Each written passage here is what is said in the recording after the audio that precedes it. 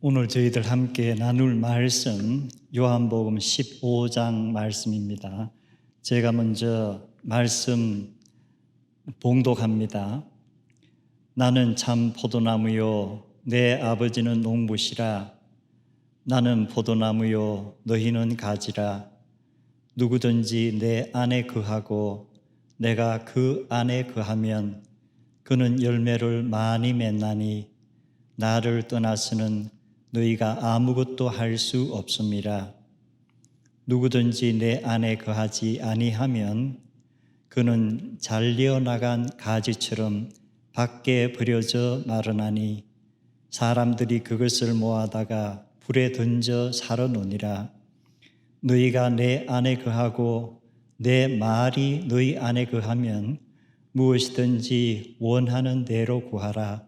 그리하면 이루리라. 너희가 열매를 많이 맺으면 내 아버지께서 영광을 받으실 것이요 너희는 내 제자가 되리라. 아버지께서 나를 사랑하신 것 같이 나도 너희를 사랑하였으니 나의 사랑 안에 거하라. 내가 아버지의 계명을 지켜 그의 사랑 안에 거하는 것 같이 너희도 내 계명을 지키면 내 사랑 안에 거하리라. 내가 이것을 너희에게 말하는 것은 내 기쁨이 너희 안에 있어 너희 기쁨을 충만하게 하려 함이라. 내 계명은 곧 내가 너희를 사랑한 것 같이 너희도 서로 사랑하라 하는 이것이니라.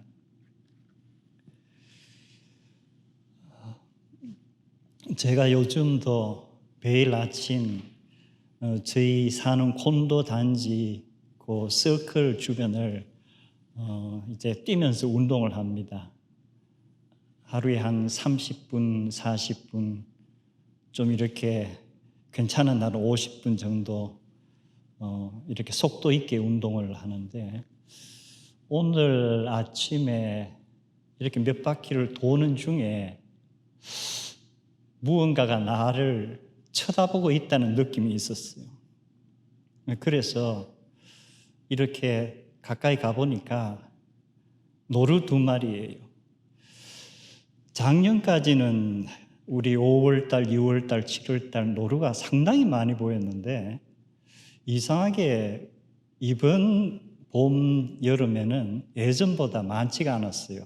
근데 오늘 이제 마침 근데 한 마리는 이제 어미인 것 같고, 그 다음에 앞에 조그만한 그 새끼가 거의 강아지 크기만 해요.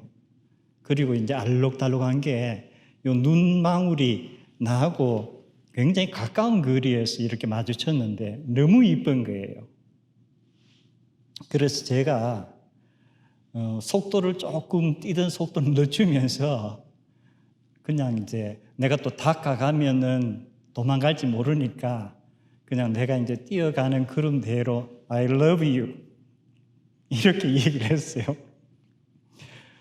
그리고 이제 제가 다시 중심 서클로 돌아가지고 다시 오면서 오늘은 쟤들하고 한번 대화를 시도해 봐야 되겠다. 영어로 할까? 한국말로 할까? 근데 아무래도 미국산 노루니까 영어로 하는 게 좋지 않을까? 내 나름대로 이제 좀 이상한 이렇게 논리를 하면서 그래서 그 다음에 한 바퀴를 다시 돌고 이제 약간 느리게 뛸 고러한 점이 돼가지고 보니까 이번에는 큰 노루가 있고 그 새끼는 저 뒤에 있는 거예요. 그래서 내가 큰 노루 보고 I want to have a talk with you. 한번 대화를 하고 싶다. 역시 이제 지나가면서 이렇게 한 거예요. 그리고 다시 이제 이렇게 한 번 뛰면은 한 3분 내지 4분 걸리니까 그 다음에 이제 돌아오면서 보니까 얘 둘이서 그냥 이렇게 땅에 풀 뜯어먹고 나 쪽을 안 보고 있어요. 그래서 안 되겠다. 그리고 이제 거의 마지막쯤 돼가지고 쟤들이 내가 마지막 서클을 돌 때 있으면은 내가 대화를 한번 시도하고 없으면 어쩔 수 없다. 그래서 이제 마지막 이렇게 코너를 돌아가지고 이렇게 가니까 어미하고 그 새끼가 그 이제 둘이서 가까이 이렇게 있는 거예요. 그래서 내가 이제 거의 뛰던 것을 멈추고 조금 호흡을 고르면서 거리가 아마 나하고 한 2m쯤 떨어진 것 같아요. 그러니까 헐깃 보다가 또 땅에 뭘 주워 먹고 또 헐깃 보고 이러는데 내가 이렇게 가서 아무래도 한국말도 그렇고 영어도 그렇고 음악은 모든 동물들에게 어떤 멜로디나 리듬에 대한 감각은 있지 않겠느냐. 그래서 우리말이든 영어든 일단 커뮤니케이션의 의미가 전달이 안 될 수 있으니까 내가 얘들한테 노래를 하나 불러야 되겠다. 그래서 코로나가 시작되면서 우리가 이제 교회에서 대면 예배를 못 드린 게 상당히 됐어요. 그러면서 제가 집에서 가장 많이 불렀던 노래가 생각이 났어요. 그래서 이제 그 노래를 내가 불러야 되겠다 하면서 이제 제가 전체 이제 땀은 나죠. 계속 아침에 뛰었으니까. 그러면서 이제 그 노루 2마리를 앞에 두고 제가 부른 노래가 이거예요. 태초에 말씀이 계시니 지극히 높으신 주 만물의 감추인 주 영광 예수 나타내셨네. 그 이름 아름답도다. 그 이름 아름답도다. 나의 왕 예수 그리스도. 그 이름 아름답도다. 비교할 수 없네. 그 이름 아름답도다. 예수의 이름. 그 다음에 이렇게 2절을 부르려고 그러다가 우리 죄를 위해서 이런 가사인데 얘들이 무슨 죄가 있나? 죄가 있으면 내가 죄를 지은 건데 우리 인간이. 그래서 오늘 요즘에서 끝내자. 얘들이 그래도 이제 아무리 멜로디의 감은 있을 테니까 일단 이것을 오늘 좀 기억하면서 이렇게 블루밍턴을 이 노루들이 다녔으면 좋겠다.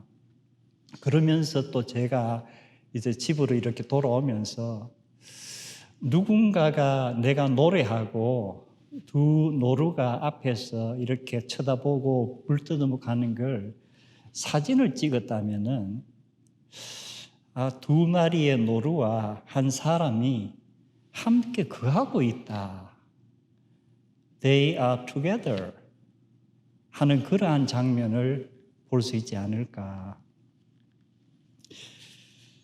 지난 주일에 이어서 이제 오늘도 요한복음 15장 예수님께서 나는 참 포도나무요 내 아버지는 농부시라.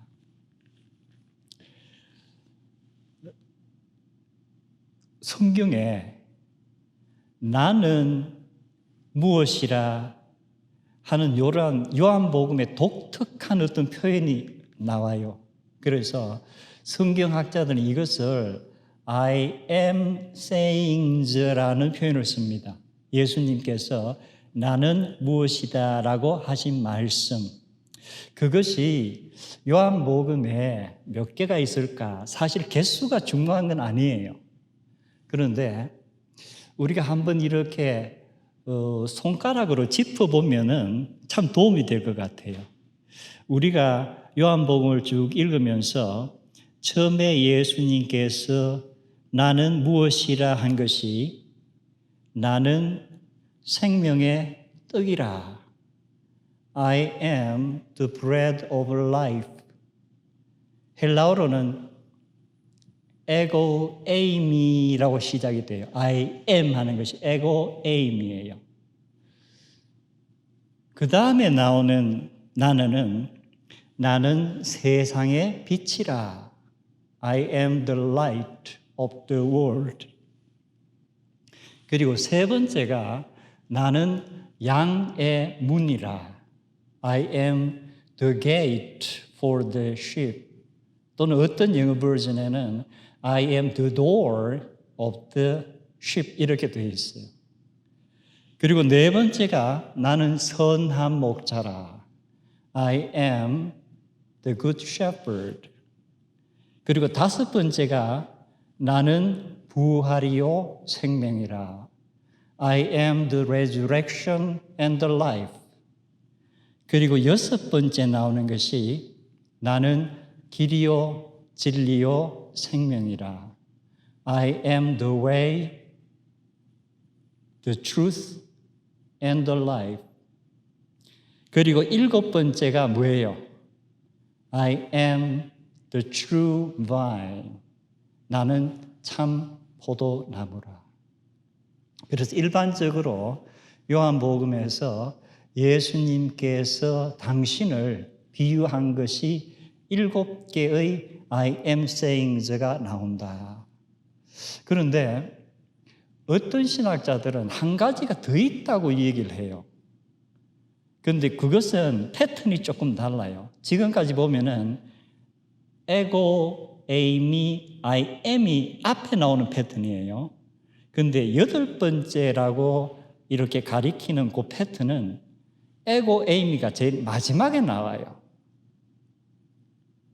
그래서 영어로 하면은 요한복음 8장 마지막에 예수님께서 유대인들에게 Before Abraham was born, I am.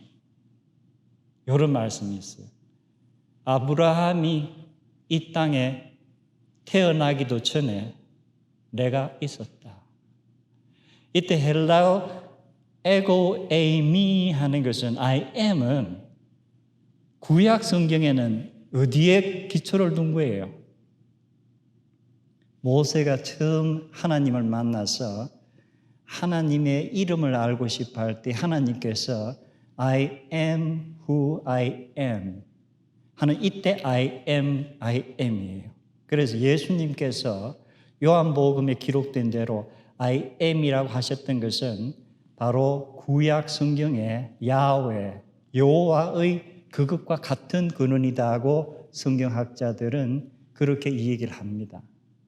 그래서 우리가 7개라 하든 8개라 하든 I am으로 시작되는 마지막이 뭐예요? 나는 참 포도나무라. 첫 번째 시작은 뭐였죠? 나는 생명의 떡이라. 그래서 제가 지난 주중에 요한복음 6장 그 말씀하고 15장 말씀을 같이 묵상하게끔 했어요. 그리고 또 우리가 눈여겨볼 것이 뭐냐면은 15장 1절이 시작되면서 나는 포도나무요라고 하지 않고 무슨 글자가 들어가 있죠? 나는 참 포도나무요. 참이 있는 것과 없는 것이 무슨 차이가 있을까요?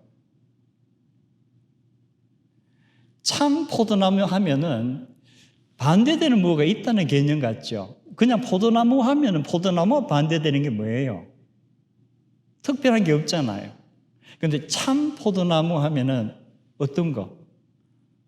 가짜 포도나무도 있을 수 있고.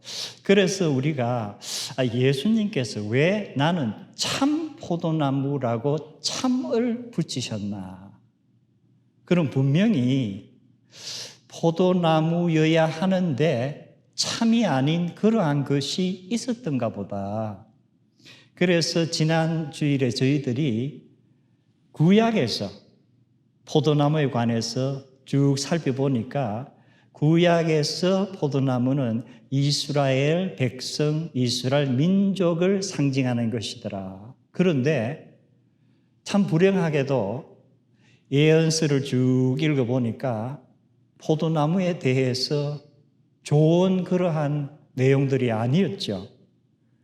우리 다시 한번 그 리뷰를 해보면은 이사야서 5장에도 보니까 하나님께서 이사야를 통해서 하시는 말씀이 내가 가장 좋은 포도나무를 심었다.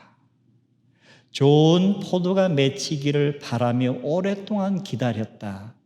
그러나 덜 포도가 맺혔구나. 이 wild grape. 그러니까 하나님께서는 최상의 아주 먹을 수도 있고 포도주도 만들 수 있는 그러한 것을 했는데 덜 포도. 사람들이 씌어서 먹을 수가 없고 아무짝에 쓸모없는 그런 것이 되어버렸구나. 그리고 예레미야를 통해서 하시는 말씀은 너희가 어찌하여 이방의 덜 포도나무, 역시 덜 와일드 그레이프라고 했죠.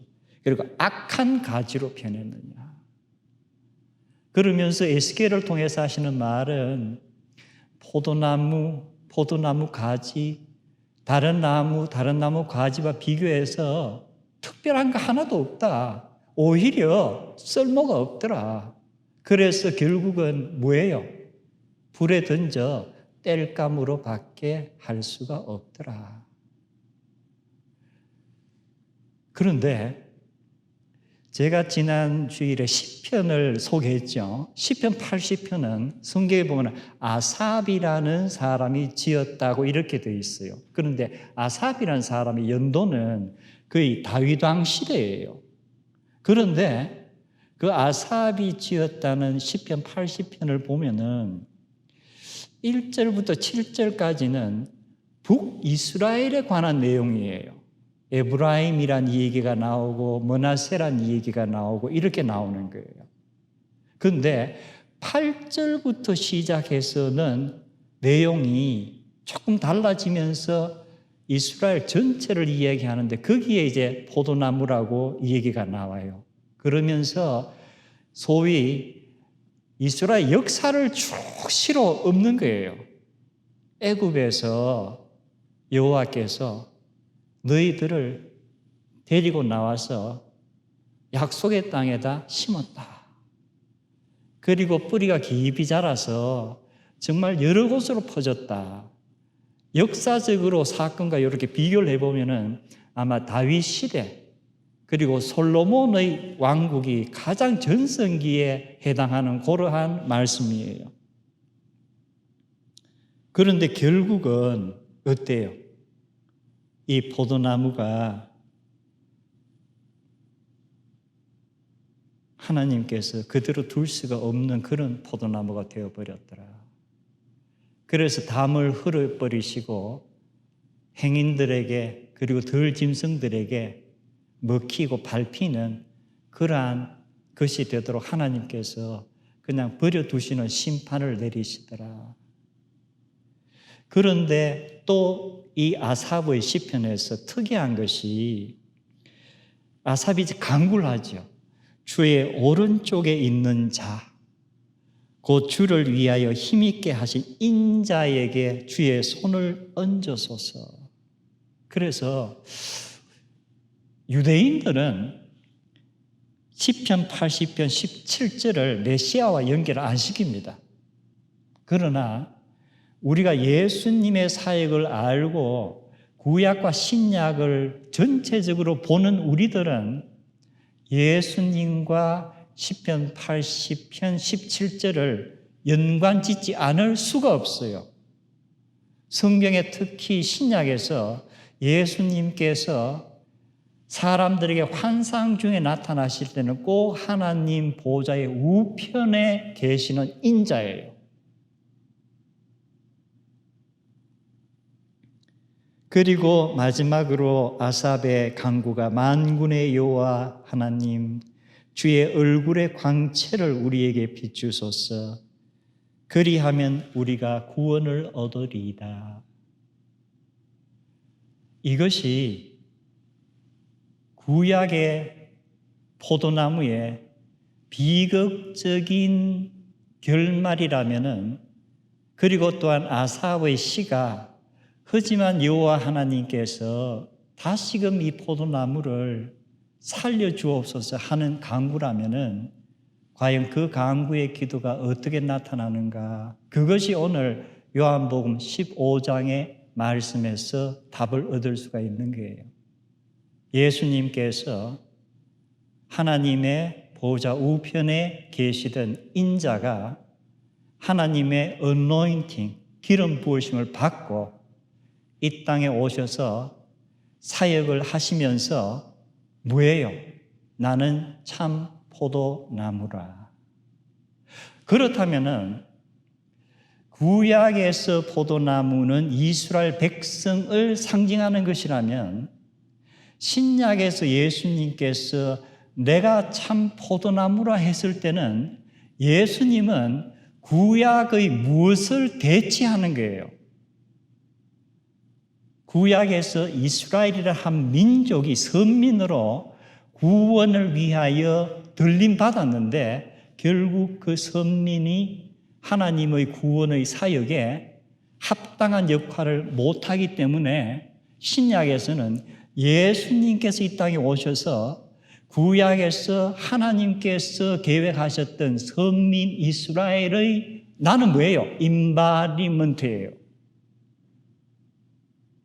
내가 이스라엘 민족을 대신하여서 그 사역을 감당하려고 한다. 여러분 다시 마태복음으로 돌아가서 이게 좀 이 얘기가 깊어질 수 있지만 아기 예수가 태어나고 동방 박사들이 찾아와서 경배를 하고 헤롯이 아기 예수를 죽이려고 동방 박사들에게 너희들이 아기 태어난 곳을 알면은 나한테도 연락해라. 나도 가서 경배하겠다 했을 때에 꿈의 동방 박사들에게 천사가 가지 말고 곧장 너희들 왔던 곳으로 돌아가라. 그리고 또한 요셉에게는 어떤 얘기를 하죠? 헤롯 왕이 아기를 죽이려고 하니까 아기를 데리고 빨리 피신해라. 그래서 헤롯 왕이 죽을 때까지 애굽에 머물러 있거라. 그런데 놀랍게도 마태가 여기에 대해서 하나님께서 애굽으로부터 내 아들을 불렀다 함을 이루기 위해서라고 했어요. 근데 우리가 특이한 것은 예수님께서 애굽으로 피신하셨지만 하나님께서 내 아들을 애굽에서 불렀다는 것하고 이게 무슨 관계가 있나? 무슨 관계가 있는 거예요? 유일한 것은 예수님께서 이스라엘을 대표해야만 이 말씀이 가능한 거예요.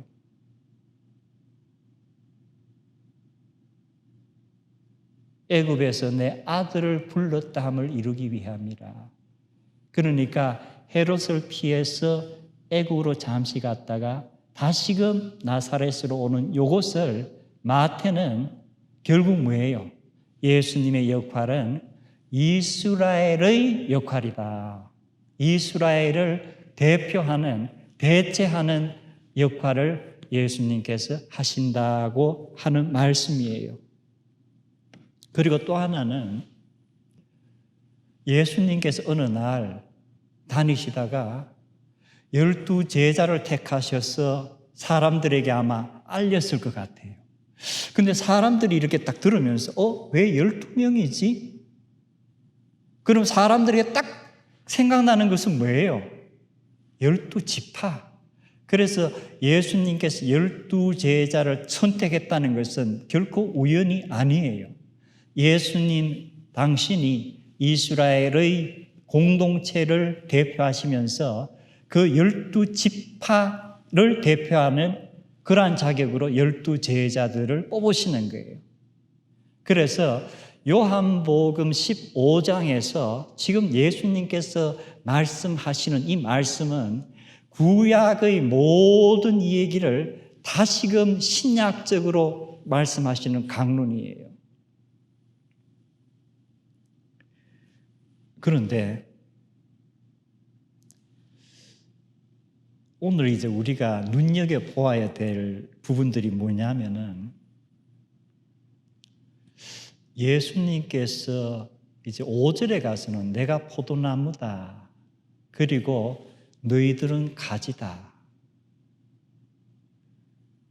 그렇다면은 예전 이스라엘에도 이스라엘이란 민족 공동체가 있고 또 12지파들이 있었던 거 아니에요. 그 그림과 이제 이렇게 항상 이 패럴렐을 이루면서 가는데 우리가 이 말씀을 읽으면서 몇 가지 생각해야 될 점이 그렇다면은 이스라엘이란 민족 공동체가 구약에서 하나님께서 계획하시는 구원의 계획에 맞게 나가지 못했다면 그럼 신약에서 예수님과 예수님의 제자들 그리고 우리가 그 이후에 사도행전을 쭉 보면 교회 공동체가 구약의 이스라엘 민족 공동체의 역할을 대신해야 하는데 그럼 교회 공동체는 어떻게 해서 그 역할을 대신할 수 있을까? 그것을 예수님께서 지금 말씀하시는 거예요. 그런데 여기에서 우리가 이제 또 하나 생각해 보아야 될 것이 나는 참 포도나무요 하는 이 포도나무 강론을 예수님께서 한 시기가 언제냐? 요한복음은 때로는 예수님의 사역을 순서 그대로 기록한 것은 아닌 게 분명해요. 하지만 대체로는 큰 맥락에서는 흐름이 있어요. 그리고 특별히 예수님의 마지막 어떤 한 주간이나 어떤 시간에 대해서는 정확하다고도 얘기할 수 있어요. 그러면은 예수님께서 마지막 날 저녁에 기록이 언제부터 시작되죠? 요한복음에서. 요한복음 13장을 보면은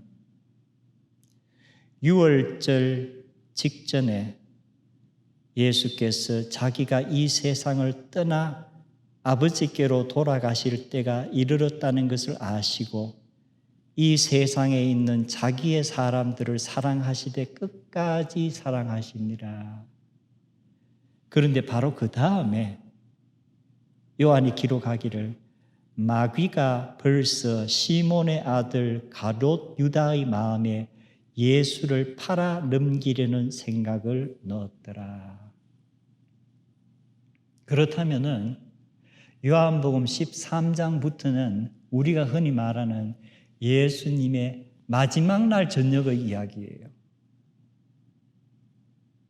그리고 이 이야기에서 우리가 오늘 나누고자 하는 포도나무 강론에서 많은 사람들이 읽으면서 잘려 나가서 불태워지는 가지는 과연 누구를 의미하는가 이런 의문이 분명히 많아요. 그런데 여기서는 벌써 하나의 답을 주는 거예요. 그런데 이 답은 여기에서 처음 나온 것이 아니고 앞에 이미 나와 있어요. 그래서 제가 주중에 요한복음 6장 말씀을 묵상하도록 올려놓은 거예요. 그 요한복음 6장은 상당히 긴 말씀이죠. 그런데 그 마지막에 가보면은 예수님께서 오병이어의 기적을 일으키시고 I am saying 중에서 첫 번째 에고 에이미인 나는 생명의 떡이라는 말씀을 강론하실 때에 그 강론이 끝나고 나서 반응이 나오는데 요한이 그걸 어떻게 기록을 했죠? 예수님을 잘 따라다니던 제자들 중에서도 이건 꼭 12제자만을 이야기하는 건 아닐 거예요. 제자라는 이 타이틀을 붙인 것이 상당한 수가 쑥떡쑥떡 하는 거예요. 사람이 모여 쑥떡 할 때는 항상 좋은 말 하는 경우가 별로 드물어요. 무슨 얘기예요? 이야, 골치 아프다. 오늘 또 그냥 먹을 것 좀 나눠주시면 될 건데 이상한 말씀하시고 도대체가 못 알아듣겠다. 그런데 요한이 기록하기를 그렇게 쑥덕거리던 사람들이 어떻게 했죠? 예수님을 떠나가고 다시는 예수님과 함께 다니지 아니하더라. 이 무리가 역시 어떤 무리에 속할 수 있는 거예요? 잘려 나가서 불태워 던져질 수 있는 그런 가능성이 있는 가지들의 무리예요. 그리고 예수님께서 12 제자들을 보시면서 또 물으시죠. 너희들도 저 사람들처럼 나를 떠나 가려느냐? 그때 베드로가 무슨 얘기를 하죠?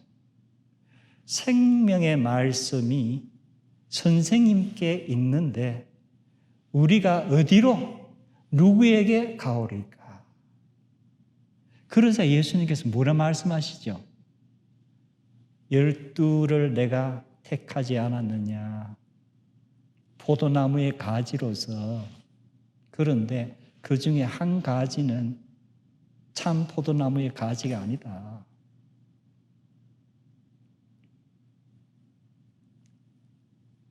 요한복음 6장의 사건과 요한복음 13장 마지막 날의 사건 사이에 시간이 어느 정도인가 대충 학자들이 추정하지만 제가 언급은 하지 않을게요.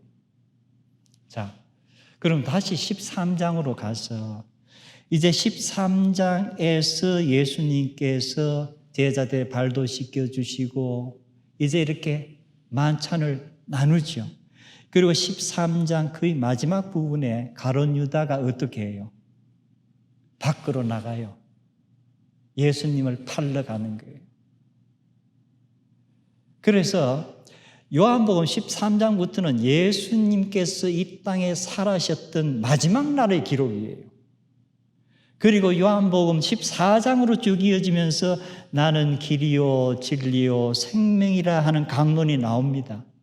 그리고 15장에 바로 우리가 얘기하는 나는 참 포도나무라 하는 강론이 나오고 이 강론이 끝나면 16장으로 이어지면서 예수님께서 무엇에 대해서 언급을 하세요? 보혜사 성령님에 대해서 언급을 하세요. 그리고 나서 이제 17장으로 옮겨가면은 말씀을 하신 후에 예수님께서 하늘을 우러러 보시고 기도하시기를 아버지여 이제 때가 이르렀나이다. 이 기도를 쭉 하시고 나서 18장이 시작되면서 예수님께서 이제 어떻게 하시는 거예요? 최후의 만찬과 제자들에게 마지막 강론을 다 마치시고 제자들과 함께 기드론 골짜기를 지나서 감람산의 겟세마네 동산으로 들어가세요. 그리고 요한복음에는 기록이 없지만 우리가 공간복음을 보면은 그 겟세마네 동산에서 예수님께서 피땀을 흘리시면서 기도하시는 내용이 또 나오죠. 아버지여 하실 수만 있으시거든 이 잔을 나에게서 옮겨 주시옵소서. 그러나 내가 원하는 대로 하지 마옵시고 아버지의 뜻대로 하시옵소서. 자, 제가 의도적으로 요한복음 13장부터 18장까지를 쭉 서베이한 것은 뭐예요? 나는 참 포도나무요 하는 이 강론을 예수님께서 하시는 것이 이 땅을 떠나시기 직전에 하시는 거예요. 마지막 날 저녁에 하시는 강론이에요. 그렇다면은 이 강론을 우리가 계속해서 읽어보면은 거하다는 단어가 많이 나와요. 함께 있다는 뜻 아니에요. 내 안에 거하라, 거하라. 우리가 이제 합리적인 의문을 던질 수 있어요. 예수님께서 이 땅에서 이제 곧 떠나실 것을 본인이 알고 계세요. 그런데 제자들에게는 왜 자꾸 같이 거하라는 얘기를 하시는 거예요? 예수님이 떠나시면서 남아있는 제자들에게 왜 자꾸 내 안에 거하라는 말씀을 하시는 거예요? 이게 뭔가 앞뒤가 안 맞는 거 아니에요?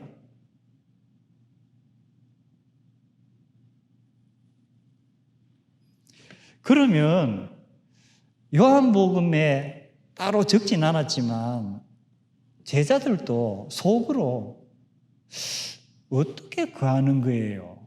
물음이 있을 거 아니에요? 어떻게?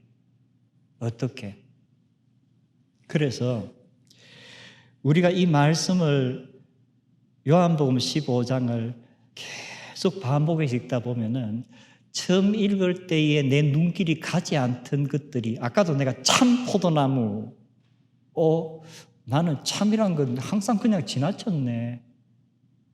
자, 그렇다면은 예수님께서 하신 말씀 중에서 또 중요한 말씀이 거하다는 말씀인데, 거하다는 게 과연 무언가? 너희가 내 안에 거하고. 제자들이 이제 유다는 떠났으니까 뭐 11명이 최소한 남아있다면 제자들이 예수님 안에 거한다는 게 뭔가? 그런데 그 다음 말씀이 내 말이 너희 안에 거하면, 너희가 내 안에 거하고 내가 너희 안에 거하면 하면 이게 상당히 지금도 좀 막막해요. 추상적이에요. 그런데 구체적으로 내 말이 너희 안에 거하면 이 얘기가 좀 달라져요. 이 얘기가 내 말이 너희 안에 거하면 원하는 대로 구하라. 그리하면 열매를 맺으리라. 너희가 열매를 많이 맺으면 내 아버지께서 영광을 받으실 것이요 너희는 내 제자가 되리라. 자, 그러면은 첫 번째 신말이는 내 말에 거하라. 자, 그러면 이 말이란 게 뭔가? 역시 구약 신약 성경에서는 헬라어로 쓰여진 거죠. 근데 말씀이라는 요 단어가 헬라어로 여러분들 보통 두 개로 신약에 쓰여져 있어요. 하나는 잘 아는 뭐예요? 로고스예요. 우리가 요한복음 1장 1절이 시작되면서 뭐라고 나오죠? 태초에 말씀이 계시니라. 이 말씀이 하나님과 함께 계셨으니 이 말씀은 곧 하나님이시라. 이때 말씀은 로고스예요. 상당히 포괄적인 말씀이에요. 그리고 우리가 어떻게 보면 성경 하면은 로고스라고 할 수 있어요. 성경이 전체는 로고스라고 할 수가 있어요. The Word of God이 가능해요. 자, 그런데 예수님께서 지금 제자들에게 내 말이 너희 안에 거하면 할 때 이 말이란 단어가 로고스일까요? 아니면은 또 다른 헬라어 단어가 하나 있어요. 레이마 하는 단어가 있어요. 레이마일까 로고스일까? 여러분이 영어 성경이나 우리말 성경 보면은 알 수가 없어요. 근데 헬라어 성경에는 지금 이 단어는 레마예요. 레마가 너희 안에 가면. 그래서 레마란 것은 로고스라는 포괄적인 것에서 내가 딱딱 하는 그 말, 내가 지금 설교하겠습니다 하면 설교는 어떻게 보면 로고스라는 의미가 있지만 내가 지금 한마디 한마디 뱉는 이 말은 레마예요. 그렇다면은 예수님께서 로고스가 너희 안에 거하면 하면 이것도 좀 막막한데 레마가 너희 안에 거하면 하면은 예수님께서 하신 말씀을 누가 일일이 수첩에 메모를 해놓으면은 그 말씀들을 내가 담고 있으면은 그것이 거하는 거예요. 그리고 아까도 읽었지만 내가 하는 말 한마디 한마디 너희들이 잘 귀담아 듣고 마음에 새겨서 너희 삶 속에서 실행하면은 그것이 아름다운 열매를 맺는다. 그 열매를 보면은 하나님께서 영광을 받으신다. 그렇게 열매가 맺히고 하나님 영광을 받으시면은 너희들은 정말로 내 제자가 된다 하는 말씀을 하시는데 이 말씀이 여기 처음 나온 말씀이 아니에요. 아마도 이스라엘 사람들이 시편을 잘 알 거예요. 뒤에 건 몰라도 시편 1편 정도는 알 거예요. 우리도 그렇잖아요. 그런데 시편 1편을 다시 읽어보세요. 복 있는 사람은 여호와의 말씀을 즐거워하며 그의 율법을 주야로 묵상하는도다.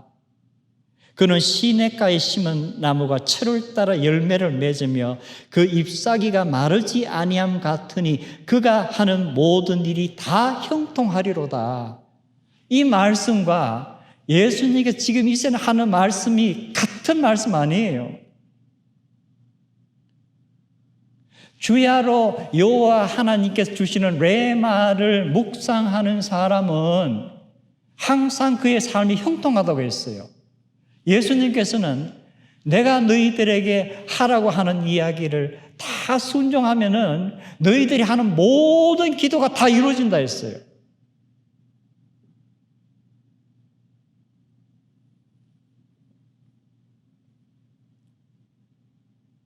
그러면서 더 구체적으로 나가요. 예수님이 참 말씀 많이 하셨는데 레마도 한두 개가 아니고 엄청나게 많은데 이걸 다 어떻게 기억해서 실천하지 하는 의문을 누가 가졌다면 아마 예수님께서 또 눈치채셨을 것 같아요. 그래, 그러면 내가 조금 더 줄여줄게. 내 계명 안에 거해라. 내가 특별히 계명이라고 너희들에게 이렇게 별표 쳐준 거 그것만 기억을 하고 거해라. 그러면 또 사람 계명도 한두 가지가 아니었는데 별표 내 숫자 보니까 엄청나게 많네요.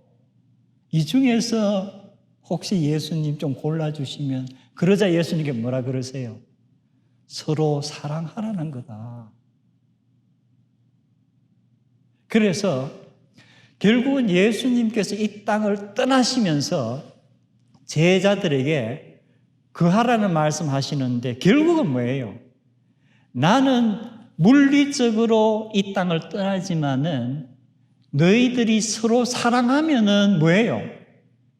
너희가 내 안에 거하고 내가 너희 안에 거하는 거다.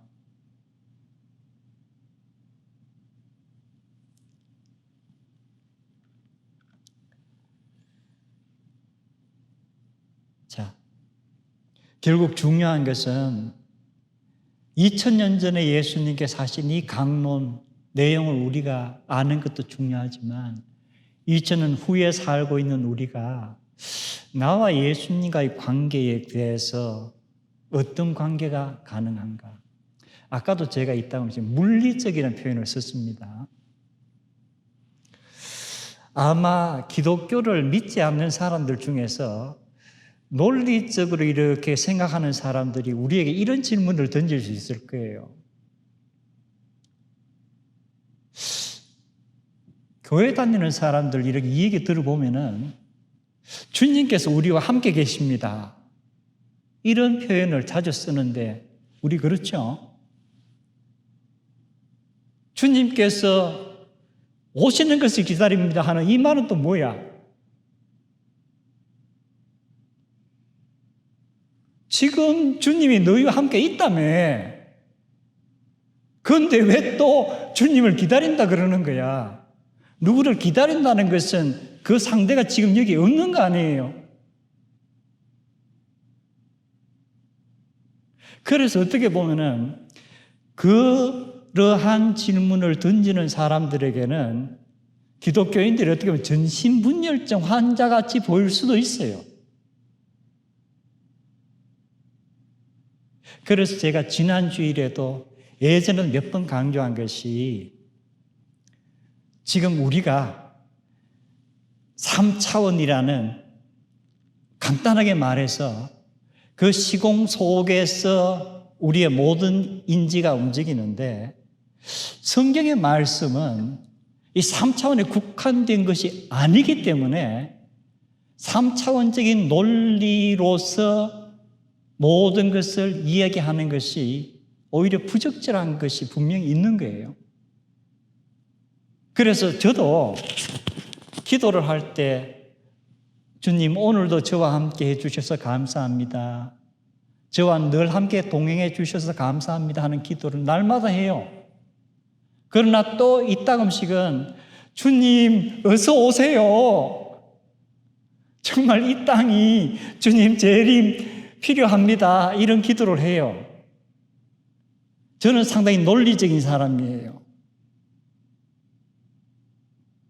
성경을 안 믿는 사람에게는 이것이 모순되고 상반되지만은 상당히 논리적인 두뇌를 가지고 있는 저는 이 두 개가 전혀 모순되지 않고 상반되지 않는 것은 뭐예요?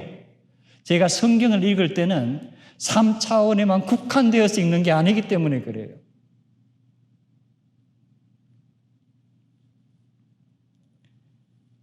그래서 이러한 문제를 바울 사도는 무슨 단어로 표현하냐? 미스터리라고 하는 거예요. 비밀이다. 내가 너에게 비밀을 말해주겠다. 내가 너에게 신비로운 것을 이야기해 주겠다.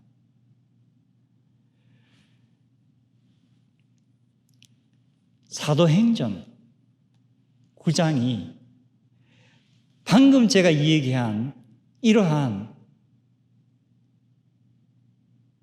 예수님이 물리적으로 이 땅에 계시지 않고 내가 눈으로 예수님 모습 볼 수 없고 만질 수가 없는데 나는 기도할 때 주님이 함께 계신다는 기도 어떻게 가능한가 하는 답을 부분적으로 사도행전은 우리에게 주는 거예요.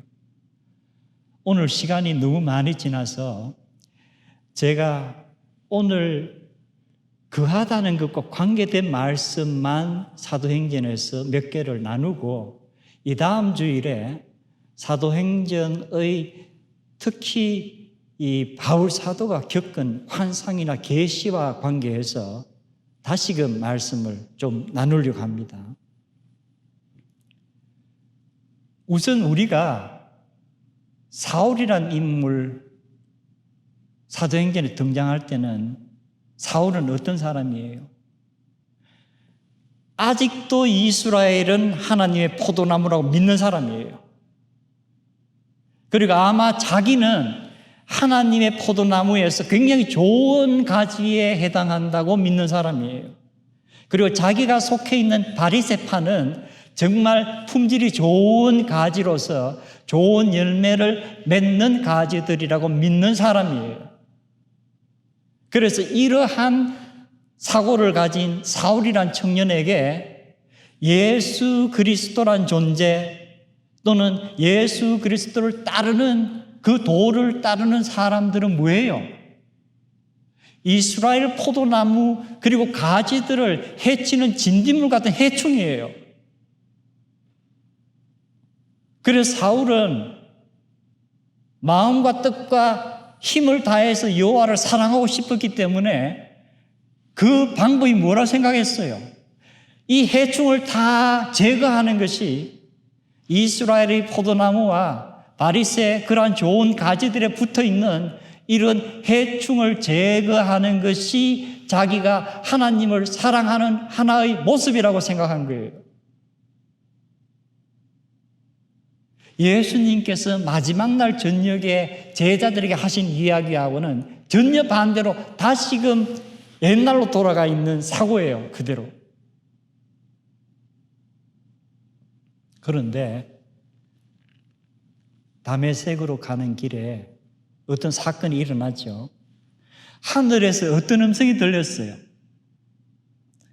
사울아 사울아 히브리어로 했다고 본인이 이 얘기를 합니다. 우리 성경을 보면은 어떤 절대적인 존재가 누구 이름을 부르는 케이스가 몇 번 나오죠. 혹시 기억나는 게 있어요?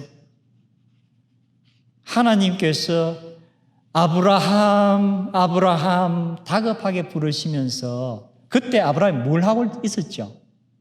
칼로 이삭을 찌르려는 순간이에요. 내가 여호와를 경외하는 줄을 내가 이제 알았다. 그리고 또 모세 하고 부르는 얘기가 나오죠. 그때 모세가 내가 여기 있나이다 할 때 무슨 대답이 들리죠? 너가 서 있는 땅은 거룩하니 내 발에서 신을 벗어라. 그리고 성경을 보면 또 부르는 얘기가 사무엘, 사무엘 하고 부르는 거가 나와요. 그런데 오늘 사울아, 사울아, 우리말로 하니까 아자가 뒤에 들어가죠.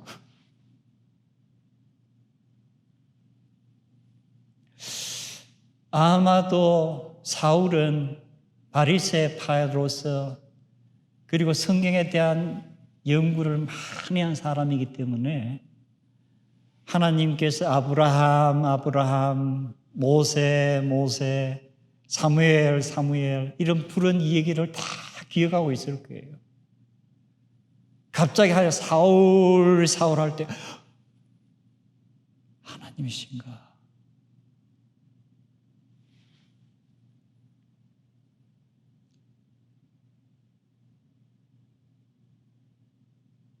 그런데 결국은 그게 누구의 음성이죠? 예수의 음성이라는 거예요.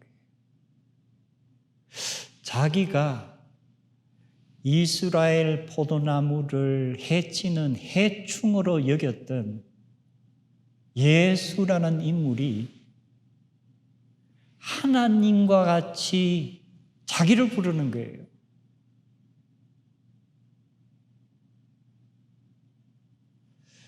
이때 예수님의 음성과 예수님이 이 땅에 사시면서 시몬, 시몬 하고 부른 경우가 있죠. 역시 그것도 거의 마지막에 베드로가. 그래서 저는 이따가 베드로와 바울이 둘이 만나가지고 예수님 음성 들었다 서로 이제 이렇게 좀 주장할 때 누가 더 셀까? 베드로는 나는 진짜 예수님 앞에서 예수님이 하시는 음성 그대로 들은 거야.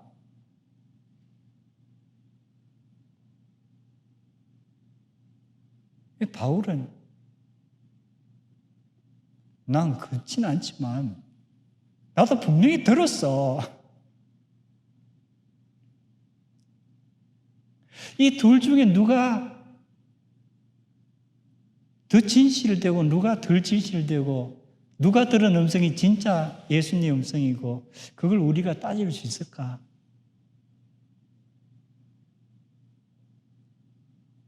결국 사울은 이 땅에서 예수님께서 사역하시는 동안에 사울이란 청년이 예수님을 직접 만난 경우는 없었을 것이라고 성경학자들은 주장을 합니다. 그럴 때 바울 사도의 서신을 우리가 읽어보면은 바울은 뭐라 그래요? 내가 예수님을 만났다고 하는 거예요. 그럼 이 땅에 계시지 않는 예수님을 바울은 어떻게 자기의 목숨을 걸고 신앙 고백하면서 만났다고 하는 거예요.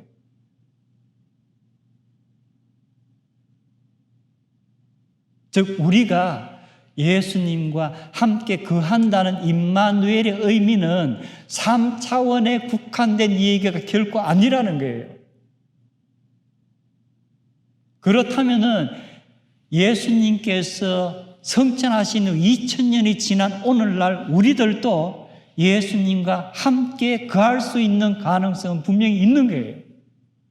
다메섹 도상에서 사울 사울하고 부르던 예수님의 음성을 우리도 언젠가 들을 가능성은 분명히 있는 거예요. 그리고 우리도 베드로가 나는 직접 들었어 할 때처럼 나도 직접 들어서 할 수 있는 거예요.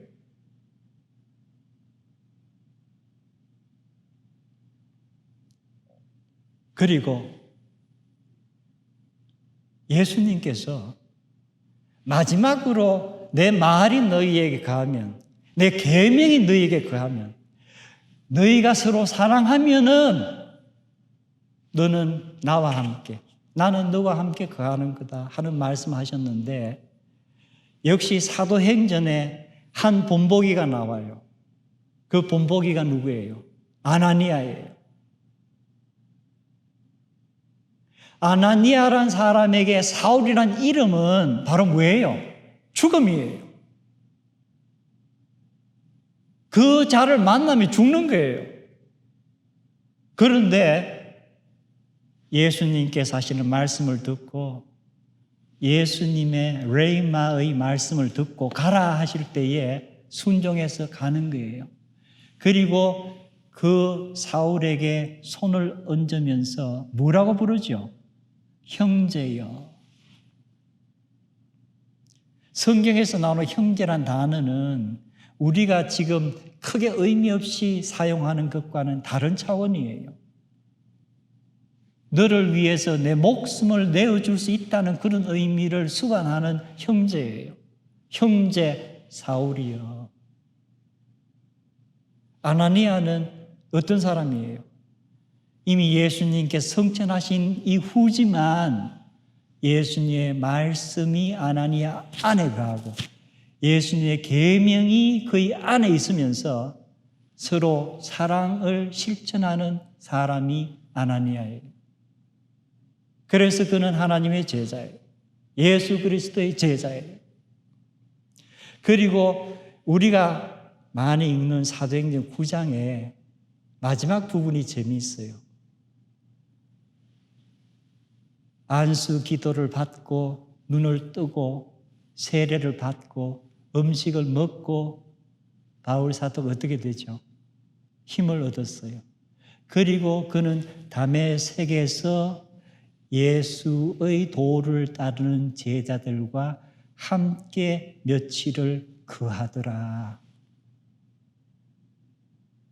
공동체에서 서로 사랑하는 것을 실천하는 즉 예수님의 참 포도나무의 가지들이 어떻게 열매 맺는가를 생활 속에서 실천했다는 것을 누가는 그렇게 표현을 했습니다.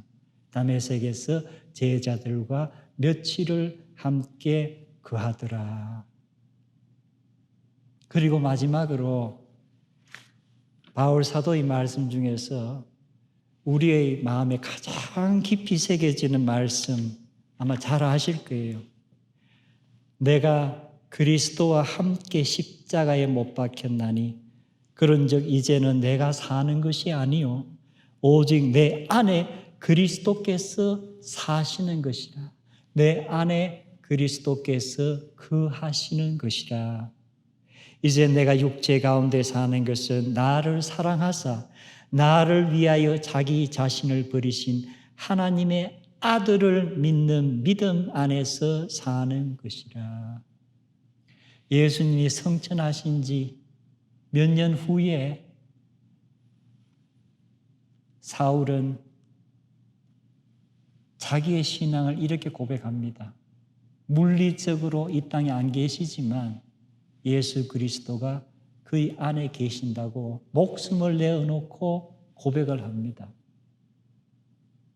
예수님이 성천하시고 재림하시는 그 기간 중에 사는 우리들 역시 바울 사도와 같은 그러한 고백을 할 수 있기를 원합니다. 그리고 우리는 예수님께서 직접 음성으로 들려주시는 그 현장에는 없었지만 다메섹에서 사울아 사울아 부르시고 일어나 어떻게 해라 아나니아야 너가 일어나 어떻게 해라 하시는 것처럼 이 성경 속에서 날마다 우리를 향해서 일어나서 어떻게 해라 하시는 예수 그리스도의 레마의 말씀을 받을 수 있습니다. 그리고 그 말씀대로 실천할 때에 우리들은 참 포도나무에 열매를 많이 맺는 가지가 되고 그렇게 열매 맺으면서 우리는 하나님께 영광을 돌리고 나는 예수 그리스도의 제자요 성도라고 말할 수 있습니다. 우리가 정말 은혜 가운데서 예수 그리스도의 제자로서 우리 삶의 아름다운 말씀 순종의 열매를 맺는 한 주가 되기를 주님의 이름으로 축원합니다. 우리 오늘 나눈 말씀 다시금 마음에 새기면서 잠시 기도하는 시간 가지겠습니다.